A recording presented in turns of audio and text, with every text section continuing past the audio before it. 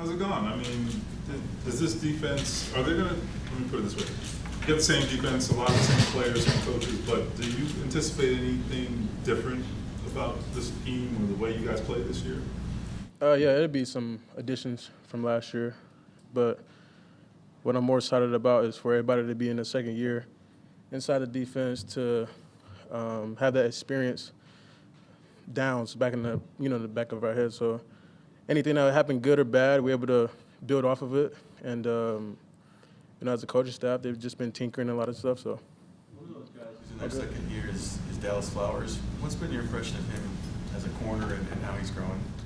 I like Dallas Flowers' aggression and the way he's able to gel with everybody in the room. So I think if you have the camaraderie and you have the togetherness in your play, then it'll take you further along than just a skill. So he has a skill set to play, and that's why he plays. And very excited to play with Dallas.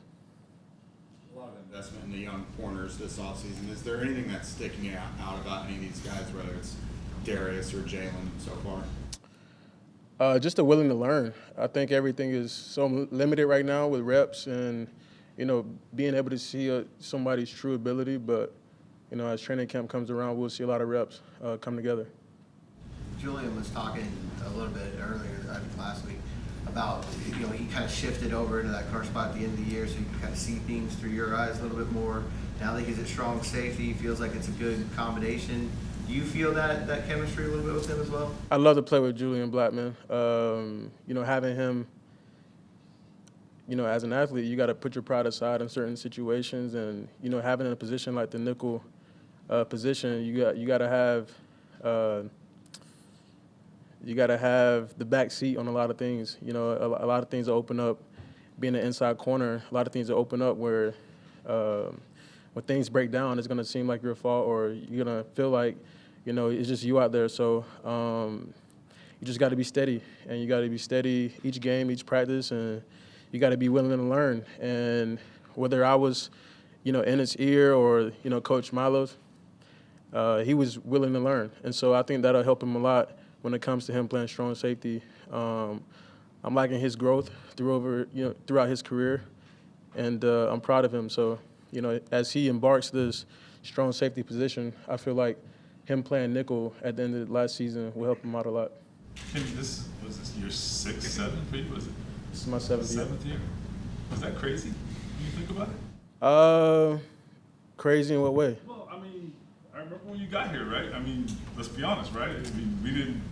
No one knew you'd still be here. And then just in terms of how far you've come and to last this long in this league, it was hard. And just, I think just contrasting where you started and where you are now. Good question. I think as a player where I come from and, not having much experience in college, and obviously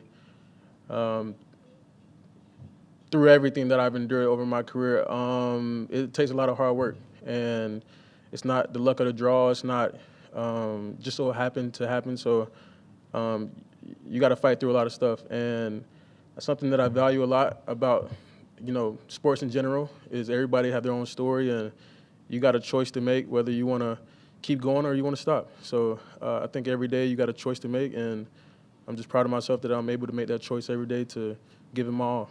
Kenny, we knew this cornerback room was going to be young. We know Isaiah Rodgers' senior situation, his absence.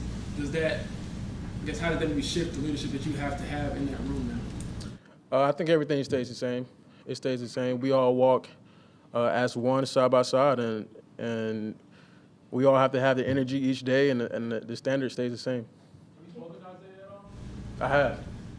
Just giving him his words of encouragement, or not to? Same thing you would do if you had a brother that was going through something. You would give him a hand, and so you would tell him you will always be there for him. You would stay strong, and you will do all you can to make sure he perseveres. Even prior to minicamp and OTAs, you didn't get much time away from the facility. You were here quite a bit. Over the next few weeks before training camp, how do you treat that period of time between achieving the goals that you wanted to do, working out, but then also getting refreshed and recharged to get back to work in training camp? I'm just determined to get back to the work. Honestly, I'm excited for this season. So, and I have a lot to prove to myself as far as, making a lot of plays for this team. So I'm looking forward to winning some ball games and having some fun with the guys in the room and the rest of the team. So there's a lot to look forward to, and, just hitting back off the, off season and getting ready for training camp. This is the time where we'll all lock in more than, we already were this off season. So I'm excited for all the hard work that'll be put into it, and we're gonna reap the benefits that we all put in. But we just gotta stay steady, one day at a time. Kenny, you're somebody who's studied quarterbacks. You've picked off a bunch in your career. What stood out so far about Anthony? I think it's still early right now to honestly just dissect his game. I think they're using him in a correct response of the system that they want to build on the offense. So just as willing to learn, he's sharp. Seeing him early in the morning when he's studying his notes, he wants it.